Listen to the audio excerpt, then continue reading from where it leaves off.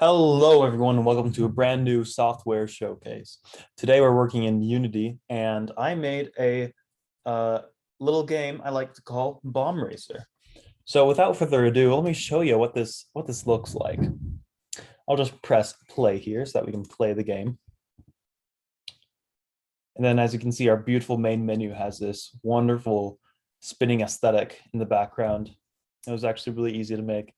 And let's hit start, see what gameplay looks like. Oh, there's a little timer up there. Okay.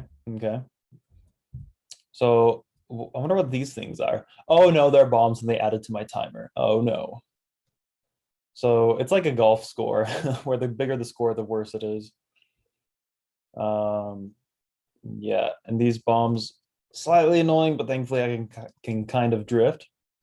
It just gets a bit more intense the further down you go. I'm pretty good because I've had a little bit of practice. It's also really easy to steer, perhaps too easy.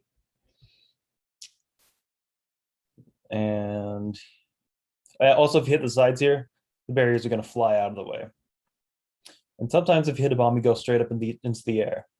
And I'm going to try to see if I can make that happen.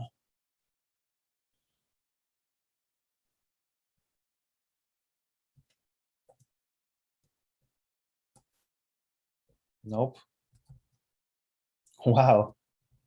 It does not want, they do not want to push me into there you go. And I can't control anything while that's happening. So I just have to wait until I fall and hit the ground. And then I can go. And boom, we hit the goal. Level complete. And that's it. It's only the one level.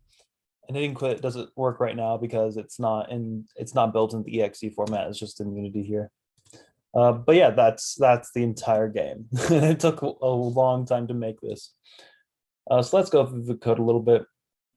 Let's load up the first level scene because that's the main scene.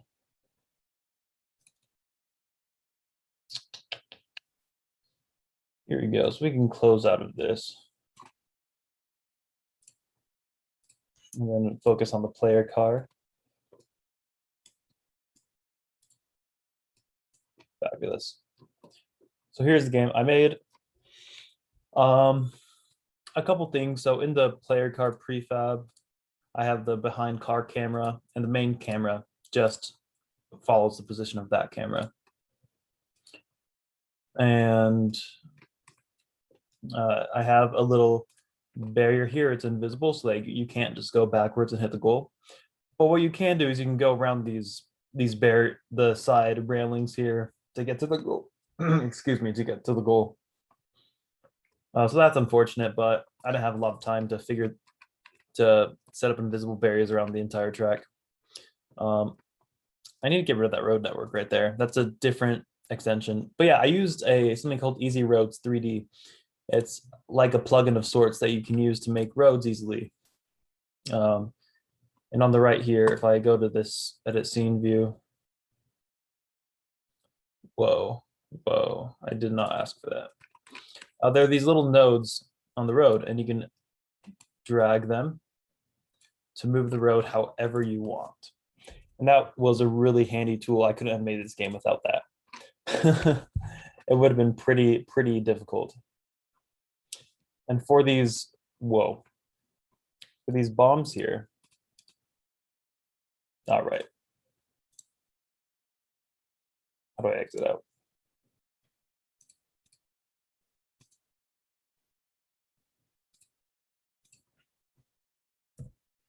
Here we go. So I made a prefab for the bomb. Not all the bombs are prefabs, but the later ones are. Let's look at the code for that. Here, give me 1 second. Okay, we are back into the code. And so how the bomb collisions work is there's a collider object that looks for every object that has a collider object in this sphere of the radius. And that radius we define in Unity and in Unity there. And then for each collider that's in those colliders, it gets the rigid body for that component. And all those bombs have sphere colliders and a rigid body. And I think it doesn't hit. Yeah, it looks for objects that are not the bomb, so that it doesn't blow other bombs away. And if the rigid body is not a bomb, then they're going to add an explosion force to that rigid body. So the car has a rigid body, and all those side barriers have rigid bodies to them. And so it's going to blow all of those away with an explosion radius, a little bit of an upwards motion, and yeah. And then it also adds an explosion force to the current rigid body, which is the bomb. I think perhaps I should change that to it deleting the bomb. But that's how that works. Oh yeah, and then if in the one on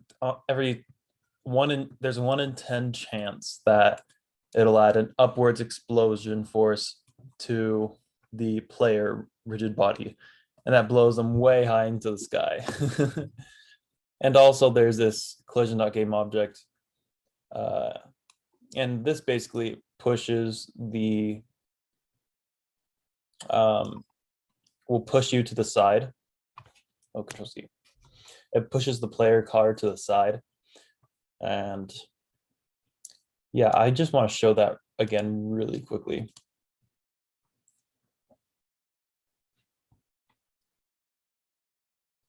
If it'll load.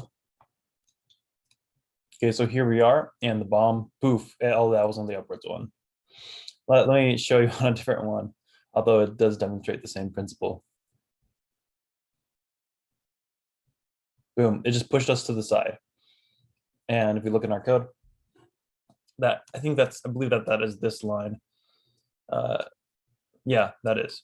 So it gets the component of the game object, which is player car, and adds a relative force to it, and it's an explosion force to the side. Yeah. And then really quick, let's also show how steering works, because I think that's somewhat interesting. So if the player character, if you press the W key, use the WASD keys to steer and move the car. So it adds a relative force as long as it doesn't exceed this max velocity, because otherwise you can just keep accelerating forever. And if it's S, then it adds an opposite force. But A, this is the interesting part. If you hit A or D, the things to turn, it'll rotate the car, and then it also adds a relative force in the, let me think here, in the X and the Z direction relative to the car. So it'll push you to the side a little bit, and it'll also push you forward. I know, complicated. And that way you can turn in a better way. It's easier. And there's some code here to make it so that you can only go forward when you're touching the road. But that's essentially the entire game. I hope that you enjoyed it, and that was most of my code that I wrote anyway. This has been a really challenging project because Unity can be kind of complicated. And maybe I should have started with a 2D game instead of a 3D game. That might have been better for me to be able to better learn how Unity works. But I didn't. I was really excited to do a 3D game, and it's been a lot of fun. So I hope you enjoy this video, and we'll see you later.